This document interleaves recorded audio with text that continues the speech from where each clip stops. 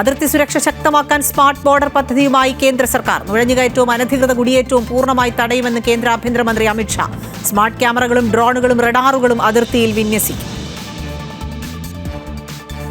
സംവരണ വിഷയത്തിൽ സുപ്രധാന നിരീക്ഷണവുമായി സുപ്രീംകോടതി. വിദ്യാഭ്യാസപരമായും സാമ്പത്തികമായും മുന്നാക്കം നിൽക്കുന്നവർക്ക് സംവരണം എന്തിനെന്ന് കോടതി. മാതാപിതാക്കൾ IAS ഉദ്യോഗസ്ഥരെങ്കിൽ സംവരണത്തിന്റെ ആനുകൂല്യം എന്തെന്നും ചോദ്യം. 16ാം കേരള നിയമസഭയുടെ സ്പീക്കർ തിരുവഞ്ചൂർ രാധാകൃഷ്ണൻ. തിരുവഞ്ചൂരിന് 101 വോട്ട്, AC മൊയ്തീന് 35, BB ഗോപകുമാറിന് 3. നിഷ്പക്ഷ നിലപാടിൽ മുന്നോട്ട് പോകുമെന്ന് തിരുവഞ്ചൂർ. ജനഹിതമനുസരിച്ച് തീരുമാനമെടുക്കുന്ന ഭരണതന്ത്രജ്ഞനെന്ന് മുഖ്യമന്ത്രി. പ്രതിപക്ഷ ശബ്ദം അംഗീകരിക്കുമെന്ന് പ്രതീക്ഷിക്കുന്നതായി പ്രതിപക്ഷ നേതാവ്. ആശംസകളുമായി നേതാക്കൾ. എബോള വൈറസിൽ ജാഗ്രതയോടെ സംസ്ഥാനം. മുൻകരുതൽ നടപടികൾക്കായി അടിയന്തര യോഗം ചേർന്നു. ലക്ഷണമുള്ളവരെ നിരീക്ഷിക്കും. 24 മണിക്കൂറും സർവൈലൻസ് സംവിധാനം.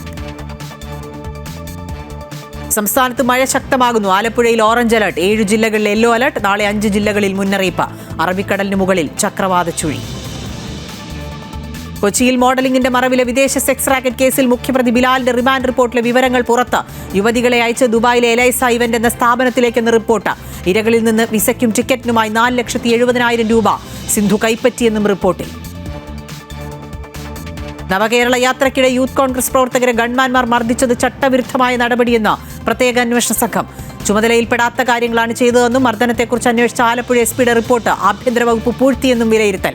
മർദ്ദനമേറ്റ AD തോമസിന്റെയും അജയ് ജുവലിന്റെയും മൊഴി നാളെ രേഖപ്പെടുത്തും. ബിനീഷ് കോടിയേരിയുടെ പാർട്ടി അംഗത്വം പുനഃസ്ഥാപിക്കാതെ CPM. 4 തവണ തിരുവനന്തപുരം ജില്ലാ കമ്മിറ്റി ആവശ്യപ്പെട്ടിട്ടും സംസ്ഥാന നേതൃത്വം പരിഗണിച്ചില്ല.